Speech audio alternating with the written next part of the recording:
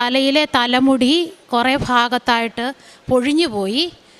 ശരിക്കും ഫ്രണ്ടിലും ഈ സൈഡിലുമാണ് പൊഴിഞ്ഞു പോയത്. ഒരു ദിവസം ഞാൻ കുളിച്ച് കഴിഞ്ഞ് ഇറങ്ങി വന്നപ്പം എൻ്റെ 2ാം ക്ലാസ്സിൽ പഠിക്കുന്ന കൊച്ചെന്നോട് പറഞ്ഞു, മമ്മിയുടെ തലമുടി മുഴുവൻ പൊഴിഞ്ഞു പോയല്ലോ എന്ന്.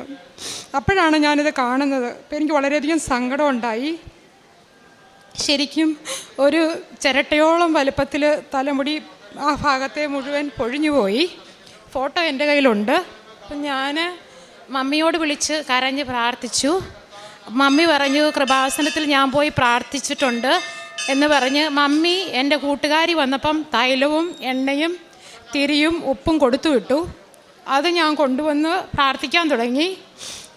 തലയിൽ തൈലം തേച്ച് പ്രാർത്ഥിച്ചു.